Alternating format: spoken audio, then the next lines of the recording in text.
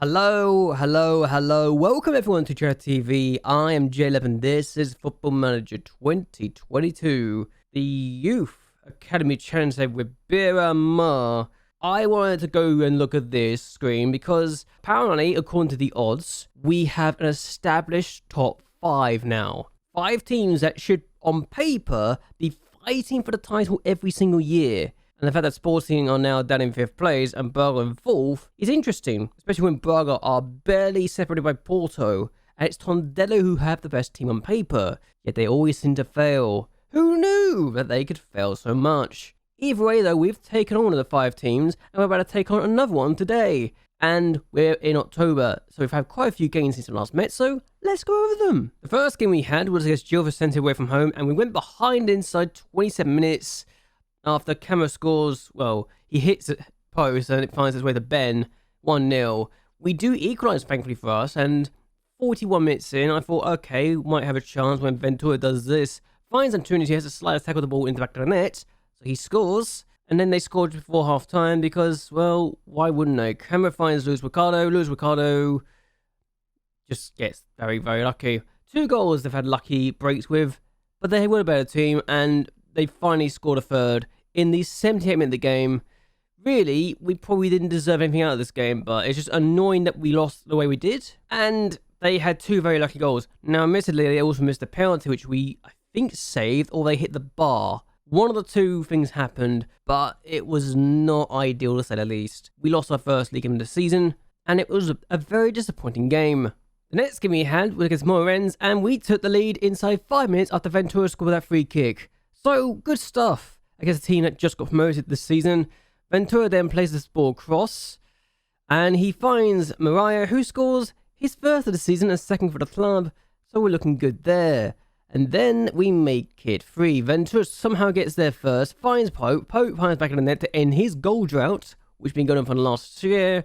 And then Ventura sets a free kick.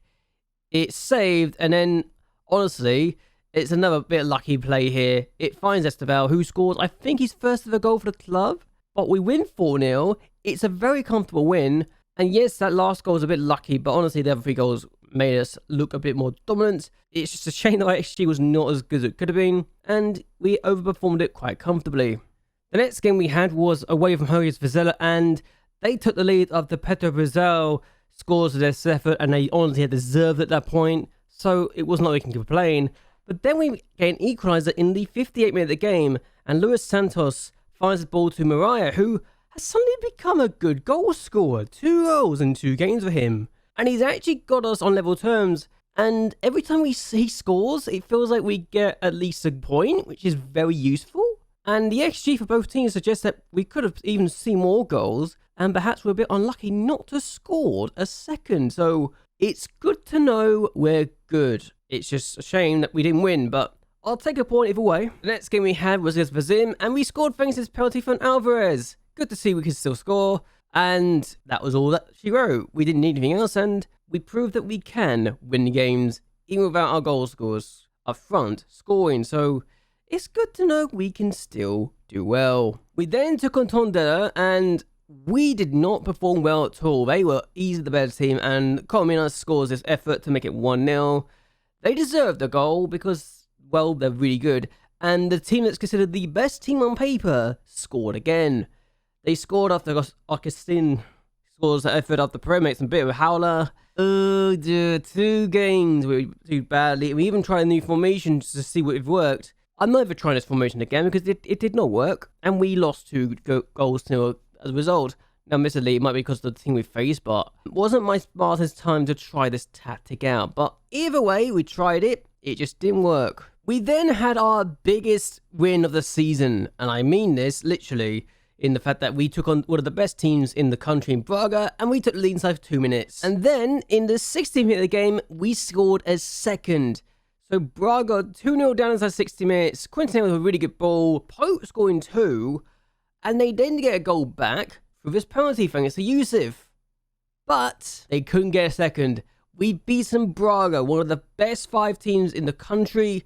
And I couldn't quite believe it, especially when I realized that this Braga team generally felt like a team that could do well. So maybe, just maybe, we actually have the ability to beat some of the best teams in the country. We just need to make sure we can defend properly, and we're good. The biggest win of our career so far. It really is the best result we've ever had. We then went to newly promoted Nacional, and we took the lead inside 3 minutes.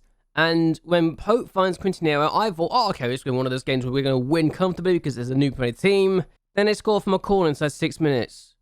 And Fernandez scores. I thought, okay, it's just a one-off problem. We're going to score again. No, they scored instead. This is a team that we beat twice a few years ago when they got promoted. Suddenly, we're now losing to them as the Jose Marcia scores. And gotta be honest, I don't know how we lost. Okay, I can tell you how we lost. We had no chance at all compared to them, but I don't know how we were performing so badly compared to them, and it was very, very frustrating. So, yeah, not our best game to say the least. The last game we had was at home against Boa Vista, and this is a team that I've not had the best of luck against, so to get the goal here for Ventura inside 33 minutes meant a lot to me. But this goal was perhaps my favourite of the lot because it's so out of blue it was. Because Rafael Suna has his shot parried into the net by the goalkeeper. Yeah, long throw still works. You just need someone who has a good long throw on them. I say about 13 or above. And Goodien has 13 long throws. He finds Rafael Suna, and the way he's headed the ball into the keeper's hands, which he's parried into his own net. Makes me wonder how he's got given the goal, but there we go. We win 2-0. A good result either way. And as things stand, we are 7 points clear of the relegation playoffs and 8 points clear of the relegation zone. It's good. I'm happy. Porto in 13th with just 10 points in their first 8 games. I don't know what's going on there either, but this season can probably go anywhere it wants. We are above Nacional despite the fact they beat us because we've got more points. And this is one of those weird seasons where we can do well. Tondela have beaten us. We've beaten Braga. And we're taking on Sporting today. Now I'm going to be honest with you. I don't know what the hell's going to happen. Morens have just beaten Vizela, so that's an opportunity to go above them and actually get into the European places, which I'm going to be frank, I don't think we can do. But here we are. We're also the only team to be in Braga this year, and they've won the other 6 games. They could be the champions this year, and it's bizarre to say that that's the case. But for whatever reason, we are in a fight with a load of other teams to try and get into Europe. As things stand, admittedly, with games in hand from other teams like Guimaraes, Tondela, and Benfica, all having games in hand on us. But we have games in hand over Gil Vicente and Famalicão. It's one of those things where I'm trying to figure out where are we fighting this year. If we get the points we did last year, we're fine, mid-table. Today could be interesting when we take on Sporting Club de Portugal. But there was one more thing I want to talk about very quickly, and it's kind of a big deal to me. We've managed to tinker our deal with CSKA Sofia so we can get sent academy players to train at us to get experience. I like to think that even if they get promoted this season, we'll still be able to have this deal. Now, if they decide to terminate it because, you know, they're promoted to the top flight, I would not be shocked. But the chances we have potentially of getting Romanians, Bulgarians, and North Macedonian players in our team in the future is very exciting now. And as things stand, because of the way that I'm going to plan my next saves, I'm probably going to have a save in Romania next time out if we decide to do this challenge again, either this year or even in 23. But still, we're taking on Sporting Club de Portugal. This is our starting lineup today. Sani Pereira starts in goal, as you'd expect. He's now worth between 1.2 and 2.5 million. Nobody wants him, thankfully. Jafino starts as a right back and is now considered a player for this division, which I'm very happy about. He's finally been considered good enough for this division. It took him long enough, didn't it?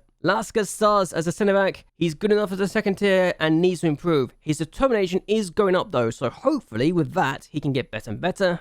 Otavio Estevao starts. He's becoming good enough as second tier as well. I think he's going to be a good player for us. Now, he does need a bit more height on him, maybe. A couple of bit more inches to be 6 foot, but he makes up for it, honestly. He makes up for the fact he's not that tall, and I think he does a good job otherwise. Rafael Suna starts as well. He actually has played a couple of times this year. Between himself and Amadou, we've got competition, and I think the competition's actually making him better, so that's good. Now, whether or not we need to actually play Amadou more because he's got better potential, I don't know, but Suna is starting to improve. Fernando Alvarez is playing. He's considered good enough for this division, and for me, that's enough. He won't be a player we will be using the Champions League if we ever get there, but he's good enough for this division. I'll take it either way. Luis Santos is good enough for this division and is getting better and better. So as a box-to-box midfielder, he's good. We've also got Victor Ventura, and we might have given him a new contract, which sees his release clause gone, but replaced by something else. He's worth between 28 to 34 million, and let's look at his contract before we do anything else, because he's got a minimum release clause for clubs in the Champions League of 33.5 million. If someone hits that, we're great. Even if we get relegated and his release clause gets hit, that's still a lot of money and can change the club for the better long term. So even if we lose Ventura now, we are at least going to get a good deal compared to before.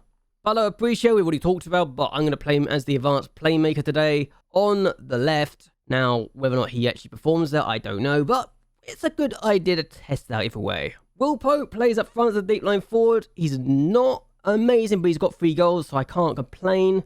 He's actually got a 7.12 average rating now. Will Quintena's had a bit of a poor start of the season, but he has started to perform again. I don't think he's going to be good enough for this division much at all, and I don't think he'll ever reach the heights we need him to. So I think long term, we've got to think of his replacement, but he's good either way. On the bench, yes, we're talking about bench players now. Nuno Casals is on the bench, and he's terrible, so I need to replace him, actually. Munier Fortes is the centre-back on the bench. Now, he is 6 foot, but he's not as good in potential as Estevez, so probably will never really start for me long term, let's be honest. Now here is Amadou, the left back, who could also play as a left midfielder if we needed him to, so maybe if I wanted to tinker the formation, he will come on and be a left midfielder for me. It's just a fault, it's not the smartest, but it's still a fault. Ribeiro's on the bench, and he's an attacking midfielder who could be a centre midfielder. Now, he comes deep to get the ball, doesn't like running with the ball, so he is not going to be someone who will be attacking. He's not a Mazzala, to say the least. But he can be a box-to-box midfielder, but we could make him a playmaker as well if we need him to, so something we can work on. Antonio Vaz is on the bench as the right winger for the inverted side. He's not good enough for the division. I don't think he'll ever be either, so a bit of a shame there. Oday Tunis is now 28. He's really not going to get much better than this, and I think he is going to see his days in the first team numbered. We've also got Ricardo Santos on the bench. He's decent, he's got finishing, he's got composure. He just doesn't have much else. He can be a good deep line forward though, so someone to have on the bench for future references. Either way, let's get going and let's see how we do today, shall we? Hopefully, it's a good result. They got a throw, and I'm gotta be honest, I'm not expecting much against Sporting because they're really good, and the header was not amazing. The thing is, Estevez, no sooner made a mistake, but we get the save. That's better. Finds Enrique. This could be a problem for us if we get the ball across. He does, and Brendel scores. Yeah, it's not good, is it? It is not good at all. They got a free kick. I can't really change much, I don't think, which is going to be annoying, and that is in. Surely he's offside. I'm shocked he's not offside, quite frankly, but there you go. His first ever goal for the club, and it's not offside. 2-0 at half-time. We've been absolutely battered. It's not even a joke. Corner to Sporting. This is going to be 3-0, isn't it? And just over. It's the first half we've seen not scoring. Okay, we've got a free kick. Aparicio takes these.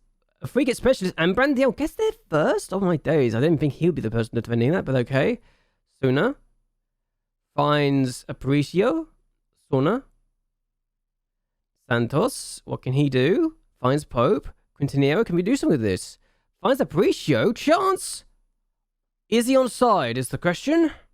Because if he's not offside, that's a good goal. But they're saying he's offside. I'm certain of it. Yep. How about... Oh, just about.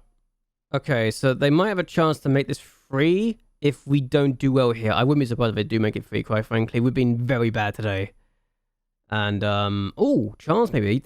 Amadu's on the ball. Here's Santos. Amadou finds Pope. What can he do? Finds Amadou.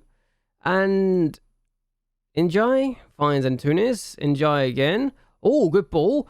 Oh, it's in! Just about! Fernando Alves with the finish. And suddenly we got a goal. And it's game on. Can we do something with this? I think we can. Okay, if we get a chance here, we've got something to do, but it's not going to do much of that, are we? Here we are now. Baku. Cisneros. Oh, for goodness sake. Well, there goes our chance of getting anything out of this. We are going to be losing the chance. We'll also try and avoid our players getting suspended as much as we can, or sent off, but it's definitely a penalty. It's not even a question.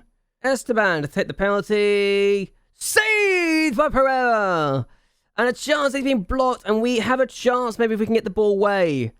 Oh, wow, we actually did something productive. I can't believe the keeper actually made a save. Corner. If they score from this corner, this, I'll be just broken-hearted. Oh, it's off the line for Chafina. We're trying our hardest to stay in this. But we can't. And, oh, free kick. If we get an equaliser here, it'll be the second time we've come from 2-0 down against Sporting. And it would be amazing. Pereira to Lasca. Here's Alvarez. Can play the ball forward. Tries to find Santos. It's not the best ball. And now Stanisic finds Baku. Here is Chekchu. Stanisic. Chekchu again. Here is Cisneros. Oh, that's a good ball to Esteban. Esteban with a chance to make it free. He's missed it. He's missed it. It's over. We lose 2-1, but we gave it a good go. And that's all I can care about, really. And we could have even got an equaliser if we didn't have the goal ruled out for offside earlier by Ephrasia. But there we go. 2-1. So even if it was just 2-1, I feel like we could have done more. So we need to work on it. But at least I just see 10 games being games we don't expect to get points out of. And that's games against Sporting, Braga, Benfica, Porto, and Tondela now. I never thought I'd say Tondela, but it's become one of those things where I should not expect to get a point against those teams. So there you go. 10 games, we expect to have no points. What we are going to do, though, is actually end this here. I hope you guys have enjoyed yourselves. I hope you guys like and share this video and that you subscribe to the channel. It really does help me out a lot. Where do you think we're going to finish this year? I want to hear your thoughts on that because I think I'll be happy with a mid-table, lower half finish. I really would be. Or where do you think we should be aiming for this season? Either way, until next time, goodbye and well, good night.